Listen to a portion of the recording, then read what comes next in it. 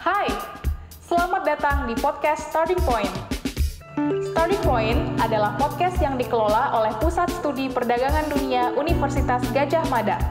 Mengangkat nama Starting Point, podcast ini akan menjadi titik mula bagi diskusi menarik tentang ekonomi sirkular untuk kebijakan pembangunan Indonesia yang berkelanjutan. Mengundang pembicara keren dan berpengalaman, kita akan gali kisah sukses inisiatif ekonomi sirkular dari berbagai sudut.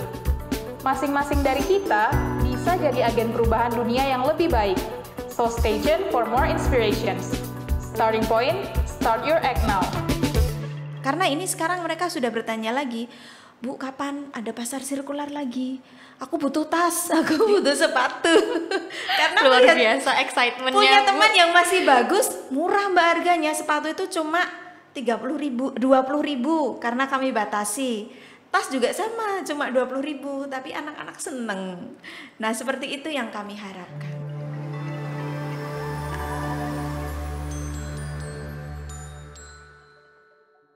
Halo teman-teman, kembali lagi bersama saya Ari Kamila dalam podcast Starting Point Circular School Series. Di sini saya akan berdiskusi bersama dengan narasumber yang inspiratif dan juga inovatif dalam mengimplementasi nilai-nilai dan konsep-konsep dari circular economy di sekolah masing-masing. Seperti biasanya ya teman-teman, di sini saya menggandeng narasumber yang sangat istimewa, sangat spesial, jauh-jauh dari Boyolali, bersama dengan Ibu Erma Praptiwi MPD. Iya betul Mbak. Assalamualaikum. Assalamualaikum Bu. Ya. Nah Ibu, Bu Erma ini merupakan kepala sekolah dari MI Muhammadiyah Program Khusus Kateguhan Sawit dari Kabupaten Boyolali. Nah Ibu, mungkin nih Bu, saya mau tanya terlebih dahulu, kabar Ibu bagaimana? Alhamdulillah luar biasa, sehat, baik sekali Mbak. Aduh luar biasa, saya jadi ikutan semangat ini kalau luar biasa betul, gini. Betul. Tadi perjalanan ke Jogja gimana Ibu? Lancar? Tadi harusnya yang bisa kita tempuh 2 jam, tapi karena berpapasan dengan Slemania, supporter bola, jadi agak molor. Maafkan saya terlambat ya. Nggak apa-apa Ibu, saya jadi lebih bisa santai gitu juga Bu. Terima kasih Ibu, sebuah kehormatan untuk bisa bersama Ibu saat ini dan menggali lebih lanjut tentang apa sih yang sudah dilakukan dari MI Kateguhan gitu ya, tentang praktik dari ekonomi sirkular itu sendiri. Nah, Ibu, mungkin dari saya sendiri kan sudah tahu sedikit tentang Ibu, tapi teman-teman di luar sana tentunya belum tahu dong tentang Ibu. Nah, mungkin Ibu bisa memperkenalkan diri kepada teman-teman di sana. Oke, terima kasih. Assalamualaikum warahmatullahi wabarakatuh. Teman-teman semuanya, salam kenal dari saya Erma Praptiwi dari MIM PK Kateguhan Sawit Boyolali, Mbak. Jadi itu ada di perbatasan antara Boyolali dengan Klaten. Kalau perjalanan dari Solo menuju Jogja akan menemui sebuah ikon kota Klaten yang bentuknya seperti wayang. Sekolah saya ada di bawahnya situ. Oke. Bercerita sedikit tentang perjalanan saya menjadi kepala sekolah, terhitung kepala sekolah muda ya. Karena saya sudah 2 periode ini, terhitung 8 tahun menjadi kepala sekolah. Awalnya di situ saya masuk sebagai guru kelas.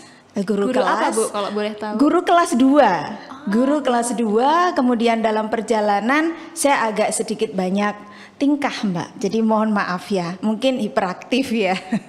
Jadi banyak hal yang saya lakukan di sana karena memang saya melihat sekolah itu sendiri sebenarnya bisa maju dari apa yang sudah ada.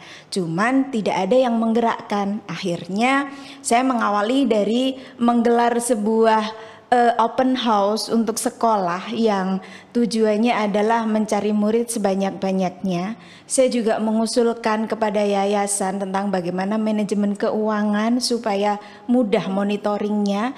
Pada waktu itu 3 tahun berjalan sebagai guru, kemudian diliriklah sama yayasan. Saya tidak mau memilih jalan pintas untuk berada di kepemimpinan, tetap saya mengikuti tes dan akhirnya lolos.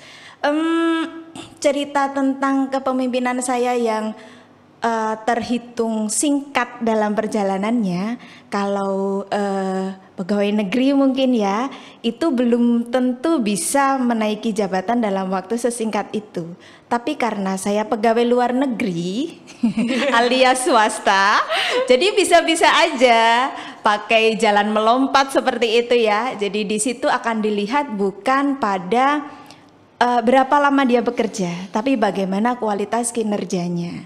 Sampai pada waktu itu saya mengalami ketidakpercayaan di tim saya sendiri.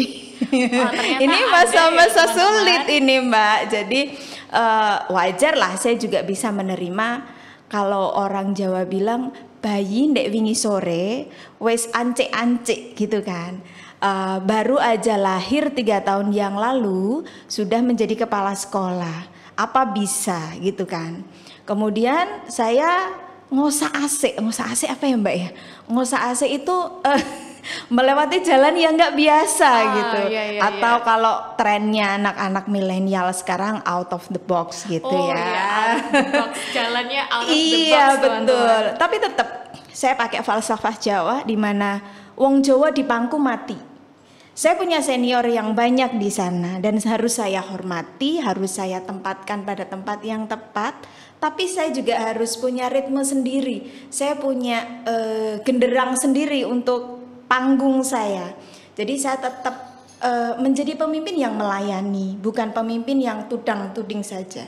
Jadi bukan kemudian saya mentang-mentang jadi pemimpin lalu menyuruh-nyuruh teman-teman saya yang lebih senior, tapi justru saya masuk ke dalamnya untuk ngerogoh hatinya itu tadi. Jangan lupa ditranslate ya. Iya, ngerogoh hatinya. Ngerogoh teman-teman. hati. Kemudian tadi, wong Jawa di pangku akan mati. Jadi saya memang, ya guru saya pada waktu itu ada 9. Saya memangku 9 orang. Dan saya membagi hati dan pikiran saya menjadi 9 orang. Beserta keluarga yang ada di belakang beliau-beliau. Dan seperti itu mengembangkan sekolah dengan manajemen berbasis sekolah, berbasis sumber daya yang ada. Barulah saya memunculkan inovasi. Inovasi yang pertama robotik Mbak. Jadi sekolah desa yang sudah mengenal robotik dan membawa nama MI Muhammadiyah Keteguhan Program Khusus sampai ke Jakarta baru kali ini, baru tahun 2018 kemarin. Itu satu loncatan yang dahsyat bagi sekolah desa di tempat saya. Efeknya panjang karena branding sudah terpegang, kemudian siswanya banjir. Nah yang saat ini yang tengah saya kampanyekan ke warga sekolah, sirkular ekonomi yang kemarin saya dapat pada waktu IGPA di PIAT UGM, kerjasama dari UGM. Ini terima kasih sekali. Pada waktu itu saya bingung Mbak, mau memformulasikan apa sekolah sekarang sementara nilai tawar sekolah sudah tidak ada. Kalau zaman dulu nilai tawar sekolah itu ada di nilai UN. Oh iya betul. Beberapa sekarang tahun yang lalu sudah nggak ada ujian nasional ya Ibu. Kami jelas arahnya sekolah itu kan hampir mirip dengan sebuah perusahaan ya. Jadi apa yang dijual gitu ya. Pada waktu itu kami juga melayani atau menjadikan nilai UN itu sebagai branding. Tembus sampai provinsi juara 2, sampai kabupaten juara 1 itu sudah langganan. Tapi begitu standar diganti, UN diganti, kami agak goyang. Mau apa ini? Ketemulah sama teman-teman di PIAT kemarin, di IGPA 2022 kemarin. Dan ini luar biasa sekali, memberikan warna baru bagi sekolah kami. Hal-hal yang mungkin dianggap tidak besar, tapi justru efeknya yang terasa di kami sangat besar, gitu. Oke, baik Ibu. Jadi tadi meskipun sangat singkat perjalanannya menuju tampuk kekuasaan sebagai kepala sekolah, tapi saya percaya kalau itu hasil dari dedikasi Ibu untuk membangun MIMPK Keteguhan ini Bu. Saya rasa seperti itu. Betul. Dan ini Bu, mungkin ya tadi kan sudah dibilang juga bahwa Ibu mendapat pertolongan dari IKPA 2022 itu terkait dengan membuat branding baru untuk MIMPK Keteguhan gitu. Nah, program apa aja sih Bu yang sudah dilakukan sama Ibu di sekolah itu? Oke, saya mengenal IKPA itu di Januari 2022 ya. Pada waktu itu pandemi masih belum landai, masih ya kasus-kasus di sekitar kita masih ada, belum seperti sekarang yang sudah dideklar oleh presiden lepas masker gitu kan. Jadi memilih program itu juga hati-hati. Saya masuk melalui ratingnya dulu. Jadi anak-anak kembali kami bangun bagaimana rating itu sendiri, kembali memikirkan tingkat kepentingan kebutuhan, tingkat kepentingan menyatakan bahwa barang ini sudah tidak terpakai atau masih bisa dipakai, seperti itu. Awalnya di teman-teman guru pun agak apa ya istilahnya domblong apa ya Mbak ya? Iya, agak kaget bingung juga gitu ya Bu. Iki arep ngopo meneh sih Bu Irma gitu kan. Saking banyaknya inisiatif buat sekolah itu Bu. Arep ngopo meneh gitu. Kemudian saya buat tim kecil. Ada di luar teman-teman yang membackup saya, mensupport program sirkular ekonomi ini sendiri. Kebetulan saya pilih teman-teman yang memang habit mereka sudah ke sana.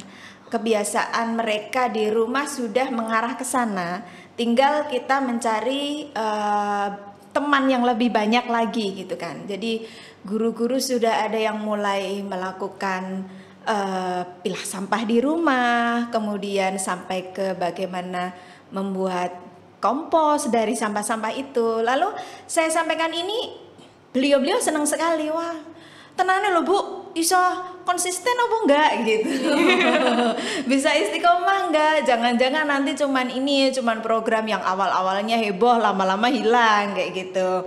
Oke, kalau seperti itu yuk kita bikin ini yuk target sekalian sama sampai pada time schedule-nya. Ya, kemarin ada beberapa program di kami, cuman memang karena itu terjadinya di tengah ya, Mbak ya. Jadi rencana program kerja biasanya kan awal tahun ajaran, ya. Itu di tengah tahun ajaran. Jadi beberapa kami yang mungkin sesuai dengan kekuatan kami lakukan, yang belum masih kami tangguhkan untuk tahun depan. Kemarin sudah berjalan itu gelar pasar sirkular, Mbak. Wah, gelar pasar sirkular. Gelar pasar sirkular. Seperti apa, Ibu? Iya, jadi tadi saya sampaikan ratingnya anak-anak bahwa biasanya mereka itu membuang atau menganggap sepatu yang sudah sesak, sudah tidak muat itu ya sudah tidak usah dipakai. Terus dibuang gitu ya. Atau dionggokkan atau disimpan lah di gudang gitu lah, nggak kepake ini. Saya mengajak teman-teman atau anak-anak, saya kemarin dapat banyak Mbak di situ. Artinya value-nya banyak sekali. Setelah saya mengajak mereka untuk rating, kemudian reuse itu juga mereka mulai tahu bagaimana manajemen sebuah event, dari persiapan, dari pelaksanaan, kemudian paskanya bagaimana, itu pure dilakukan anak kelas 5. Wah, berarti sekalian ngajarin sirkular ekonomi tapi juga event manajemen juga ya, betul. Malah dari grup, Bu, ini jadikan project akhir tahun ya, akhir semester. Ya boleh, wes kono dinilai gitu. Kemudian di project itu di persiapan kami bentuk panitia. Jadi memang kami kondisikan bagaimana mengelola event yang benar dari kepanitiaannya. Muncullah di situ ada jiwa leadershipnya. Dari anak-anak yang tak terduga gitu. Selain itu juga ini Mbak, kami jadi punya ide bagaimana mewadahi anak-anak yang suka apa ya, kalau guru di sekolah itu melabelinya troublemaker. Wah, yang awalnya buat masalah Mbak gitu. Ini ya. Iya, troublemaker ya. Tersentuh gitu. Agak tercuil gitu. Nah, itu kan biasanya maaf ya, mereka cenderung lebih banyak teriak-teriak, lebih banyak mengacau gerakannya itu atau aktivitasnya itu cenderung ke aktivitas yang mengganggu gitu. Kami jadi punya media di situ bahwa mereka juga bisa dikembangkan loh untuk menjadi promo tim promosi, iya, Bu, karena sering suaranya kemana-mana gitu ya, Bu. Kemudian juga ini tim untuk pengumpul barang. Jadi kan ada 2 anak itu yang oleh guru, siapapun guru dia itu selalu dikasih label anak yang tidak menyenangkan gitu loh. Saya pengen ngangkat dia. Kisah jane bocah yang duwe potensi, tapi opo ya? Ketika dia diberi tugas untuk mengambil itu, dia juga bisa matur sama guru-guru dengan bahasa yang halus, bahasa yang sopan seperti itu. Iya, jadi bukan hanya nilai-nilai sirkular saja ternyata yang kita dapatkan ketika kita mencoba untuk memberikan ke anak apa itu ekonomi sirkular, Mbak. Jadi selain itu kami juga ada loh, Mbak, satu lagi yang sudah kerasa efeknya. Mau tahu nggak? Apa itu, Bu? Saya penasaran ini kalau udah bisa jadi terasa kan, efeknya. Tempat kami ada ekskul sains, Mbak. Di ekskul sains itu teman-teman guru sudah mulai mengenalkan pilah sampah, kemudian tentang bagaimana sih supaya kita itu tidak selalu menimbulkan sampah dalam aktivitas kita. Nah, itu malah saya tahu sendiri anak yang sudah mulai memiliki habit untuk ke sana itu pernah cerita ke saya bahwa Bu guru kemarin waktu di rumah saya beli apa ya, Mbak ya? Toet apa sih, Mbak? Cilok apa somai? Cilok siomay. Itu katanya dia sudah mulai pakai piring sendiri. Wah. Iya. Wow, transformasi yang luar biasa, teman-teman. Iya. Sampai katanya Pak D-nya yang di rumah itu tanya, "Ngopor tuku cilok kok pakai piring?" gitu. Lu nggak apa-apa, ini nanti kan kita nggak usah pakai plastiknya mas-mase. Nggak bisa menjelaskan juga gitu ya, Bu. Nggak usah pakai plastiknya mas-mase, jadi nanti sampah plastiknya nggak jadi tambah banyak terus, Pak D, gitu. Dan bakul somenya juga seneng, Mbak, karena irit plastik ya. Iya, betul juga, Bu. Nah, itu yang membuat saya semangat mengangkat ekonomi sirkular ini sebagai program unggulan di sekolah untuk tahun yang akan datang. Tadi kami habis raker, Mbak, sebelum ke sini. Teman-teman, saya minta untuk menuliskan mimpi tentang sekolah. Dituliskan salah satu mimpi tentang sekolah adalah sekolah berbasis zero waste. Wow. Aku langsung, wow, sudah masuk ini. Padahal itu bebas. Kami atau saya memfasilitasi guru dengan silakan ditulis mimpi apa saja boleh tentang apa yang Bapak Ibu guru inginkan tentang sekolahan ini. Ada yang sudah berpikir ke sana. Jadi sekolah sirkular ini kalau di tempat saya pintunya sudah terbuka sebenarnya. Tinggal kita mau mengayuhnya cepat atau santai atau bahkan lambat. Dan sebenarnya sangat sesuai dengan tempat kami karena tempat kami kan menerapkan makan di sekolah, Mbak. Itu sudah meminimalisir sampah sebenarnya. Kayak bungkus-bungkus jajanan itu sudah tidak ada, sudah sedikit sekali. Kecuali kalau snack yang memang harus dibungkus pakai plastik, itu masih PR juga. Bahkan kemarin ada usul di program kerja juga, Bu, setiap guru belikan rantang katanya. Bener. Karena nggak mau pakai itu lagi. Cuman memang kekompakannya belum 100%. Itu proses ya, Mbak ya. Nanti lama-lama semoga bisa menuju ke sana. Okay. Baik, Ibu, berarti ini proses rethink ya, mengajak orang untuk berpikir kembali tentang esensi dari apa yang kita lakukan itu supaya tidak menghasilkan sampah, itu benar-benar udah bisa paling tidak diayomi atau dilakukan oleh beberapa orang tersebut ya, Bu. Ada siswa, ada guru, bahkan orang-orang lain di lingkup dari siswa itu sendiri juga terlibat gitu dalam proses rethink ini. Iya. Nah, mungkin Bu, karena kan tadi prosesnya mungkin bagi beberapa orang bisa lancar gitu ya, karena memang background mereka sudah ada kecintaan terhadap isu-isu sirkular ekonomi ini gitu. Betul. Tetapi bagi beberapa orang lainnya ini kan masih tidak familiar, tidak populer. Apa tantangan yang ada ketika pengen propose tentang program sirkular ini? Wah, tantangan pasti banyak sekali, Mbak. Di antaranya adalah dari kami sendiri juga. Kami punya koki di sekolah itu yang memang backgroundnya juga tidak sama dengan kita, yang harus masuk dulu ke bagaimana brainstorming yang kita lakukan untuk beliau-beliau dampingi, kemudian mencarikan solusi dengan segera. Jadi gini, di tempat kami itu dapurnya masih dihandle oleh ibu-ibu yang saya ceritakan tadi. Untuk sampahnya, kebiasaan yang dulu itu masih model yang sedapatnya bruk gitu loh. Jadi betul. tempat sampahnya masih satu, belum ada pemisahan juga. Ya, bungkus tempe yang dari daun maupun dari plastik masih jatuh di situ. Kemudian batang-batang sayur juga masuklah di situ. Nah, itu yang ini saya harus selalu on, nggak boleh capek mengingatkan beliau. Kadang 3 hari ingat, seminggu lupa.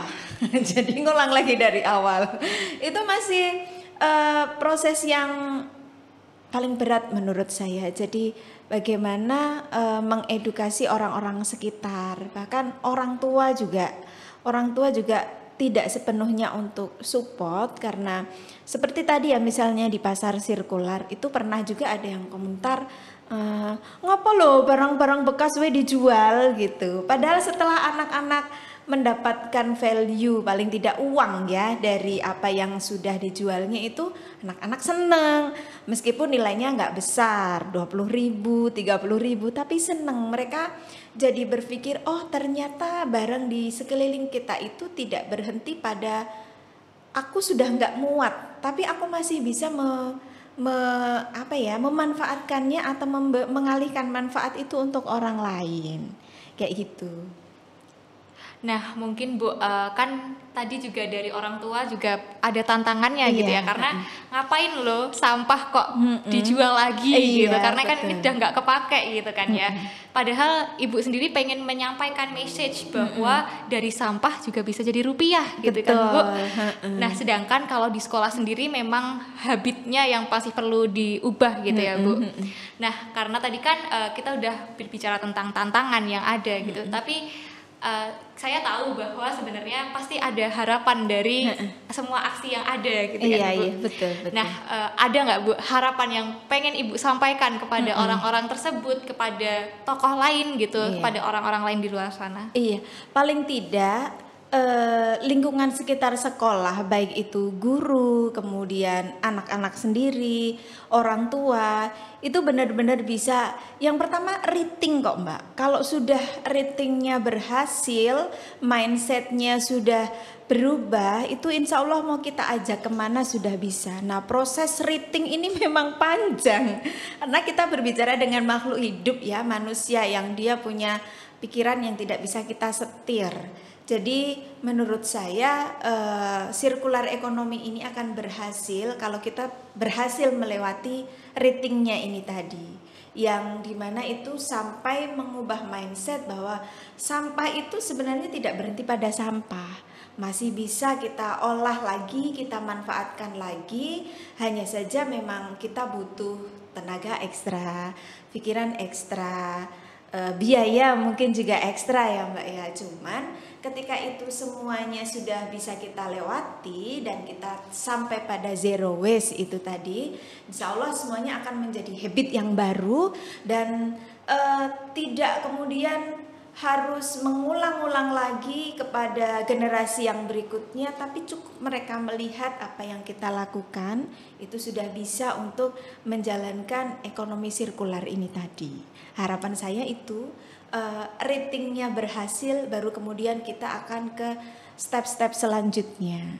Nah, Ibu kan sekarang sudah mengikuti asistensi pendampingan dari PIAT, dari PSPD, UGM dan juga JBI gitu ya Bu, di IKPA 2022.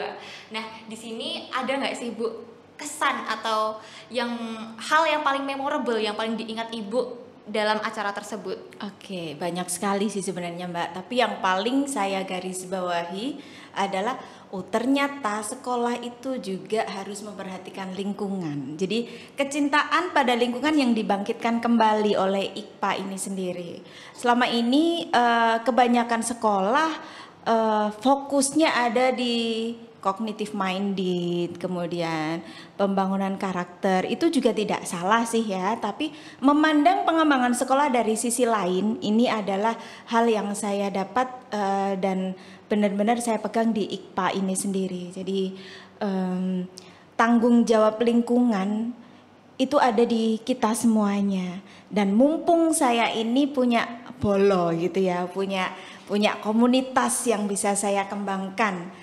Komunitas kecil di sekolah, dan guru, terutama saya sebagai pemimpin, itu kan secara langsung sebagai agen perubahannya dari ini. Dan memahamkan hal ini kepada anak yang paling tepat ya lewat institusi sekolah itu sendiri. Medianya banyak, bisa dari film, bisa media guru langsung untuk meneladani kayak gitu.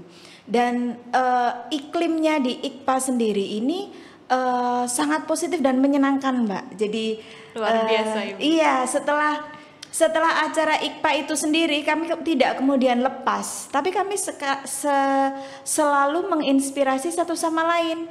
Jadi dari sekolah di ujung barat sampai ujung timur kami sering sharing apa saja yang sudah dilakukan oleh teman-teman. Akhirnya gesekan-gesekan seperti itu yang membuat kami, wah aku juga bisa gitu. Dan kemudian muncullah atau berkembanglah kecintaan anak-anak pada lingkungan dari hal kecil.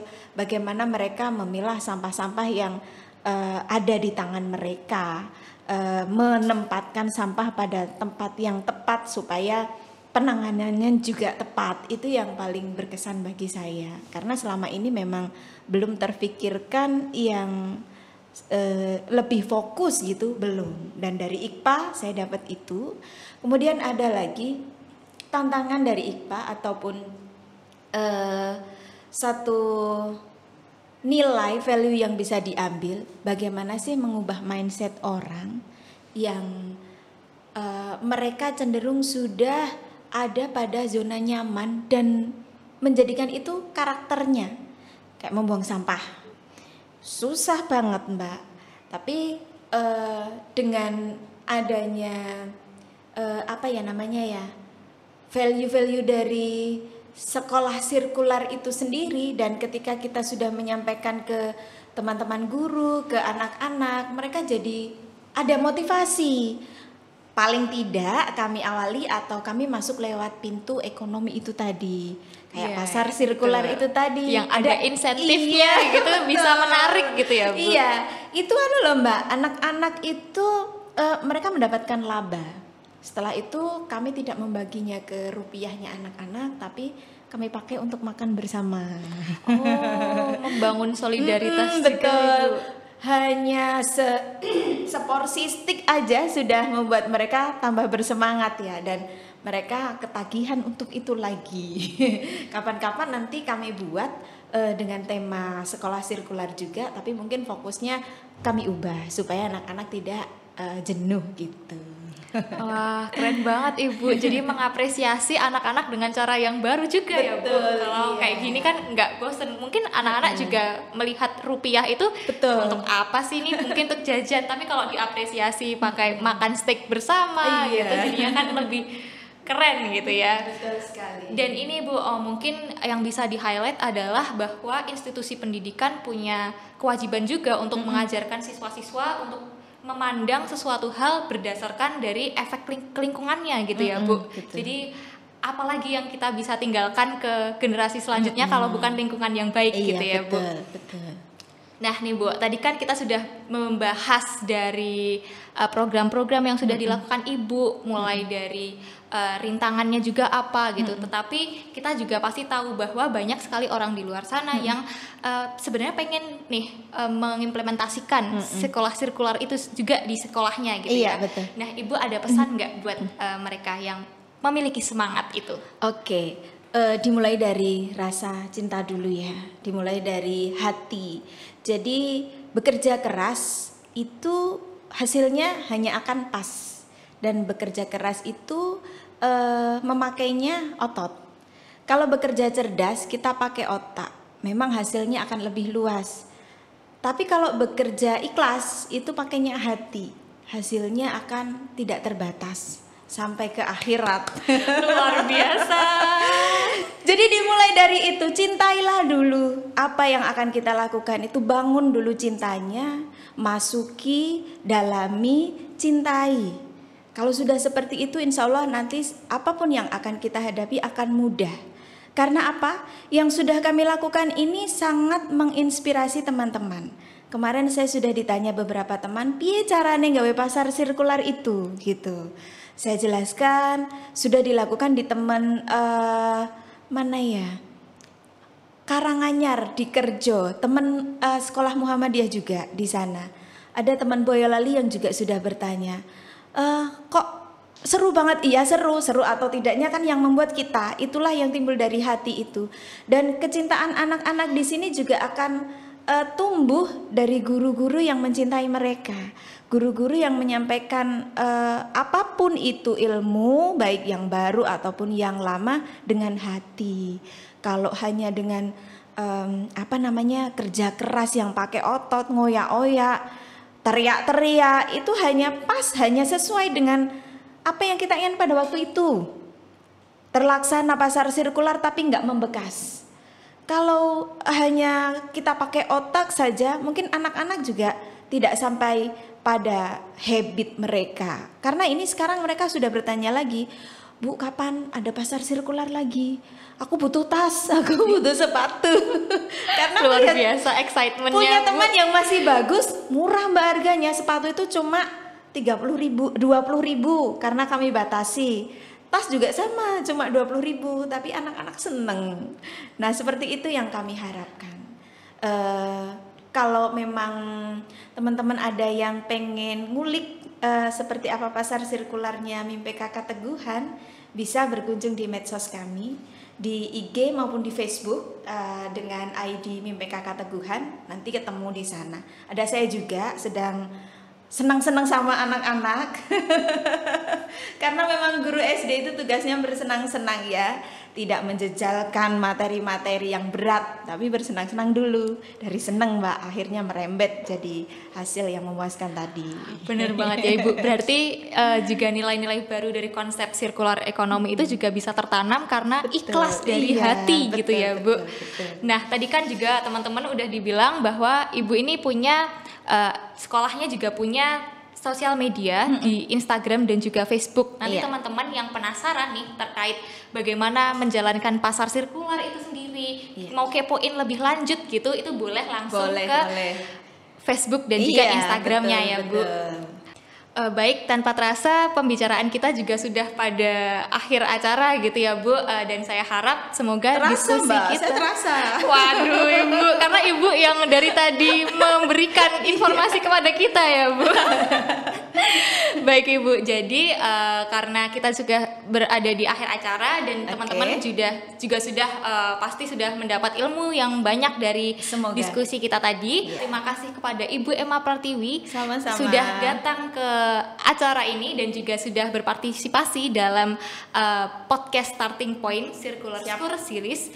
Saya harap teman-teman yang masih penasaran terhadap aktivitas-aktivitas yang dilakukan oleh Circular School juga bisa klik tombol subscribe, dan jangan lupa buat teman-teman untuk subscribe YouTube channel MIM PKK Teguhan. Akhir kata, saya Ari Kamila dan saya Erma Praptiwi mengucapkan undur diri. Terima kasih kepada penonton setia Starting Point. Sampai jumpa. Wassalamualaikum warahmatullahi wabarakatuh. Bye-bye.